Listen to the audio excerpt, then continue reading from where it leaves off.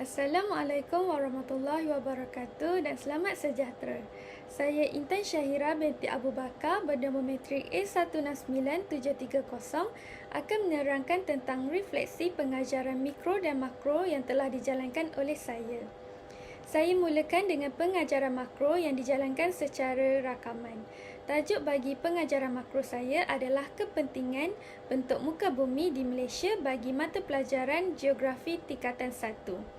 Kekuatan yang saya dapat kenal pasti bagi pengajaran saya adalah suara saya dapat didengari dengan jelas oleh pelajar.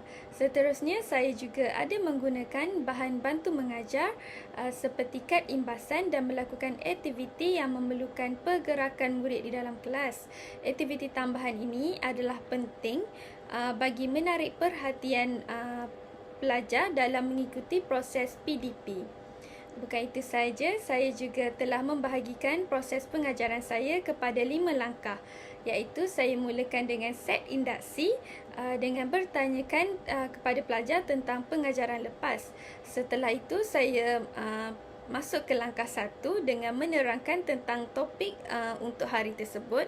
Dan pada langkah 2, saya meminta murid untuk menyalin nota. Pada langkah 3 pula, saya melakukan aktiviti tambahan yang seperti saya katakan tadi kepada pelajar, dan terakhir adalah penutup. Bagi kelemahan pengajaran saya pula, saya banyak menggunakan perkataan okey ketika menerangkan sesuatu.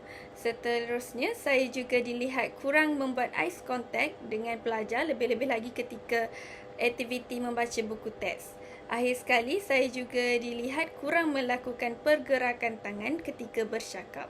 Pergerakan tangan ini penting dalam mewujudkan pelbagai visual yang menarik perhatian pelajar. Baiklah, seterusnya saya akan menerangkan pula tentang refleksi pengajaran mikro saya yang telah dijalankan secara langsung.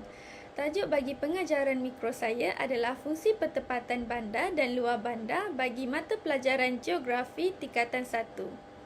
Kekuatan yang saya dapat kenal pasti bagi pengajaran saya adalah saya menggunakan bahan bantu mengajar seperti penggunaan aplikasi Kahoot. Saya telah menggunakan aplikasi Kahoot ini bagi menjalankan aktiviti kuis bersama pelajar. Seterusnya, saya juga dilihat sering memberi peluang kepada pelajar untuk bertanyakan soalan bagi mengukuhkan kefahaman mereka tentang apa yang telah dipelajari pada hari tersebut. Seterusnya, sebelum beralih ke bahagian yang seterusnya, saya akan bertanyakan kepada pelajar tentang kefahaman mereka berkaitan dengan apa yang telah diterangkan oleh saya. Bagi kelemahan pula, saya dilihat sering menunjukkan reaksi muka yang kurang ceria ketika menerangkan sesuatu atau sedang berbual bersama pelajar. Selain itu, suara saya juga kedengaran seperti bergetar.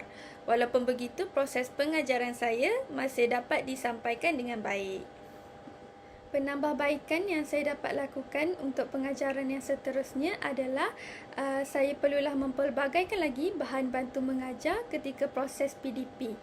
Seterusnya, saya juga perlulah mengaplikasikan pergerakan tangan ketika bercakap bagi menarik perhatian pelajar ketika menerangkan sesuatu.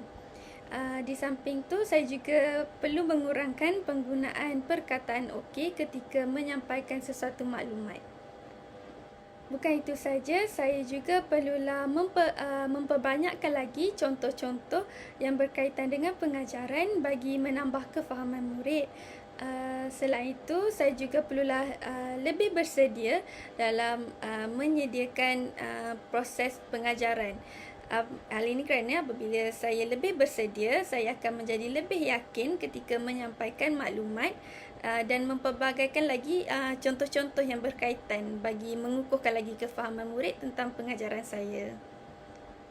Kesimpulannya, kursus GGGA 4123 Perancangan dan Pembangunan Pengajaran ini merupakan kursus yang perlu diambil oleh pelajar tahun 4 Fakulti Pendidikan.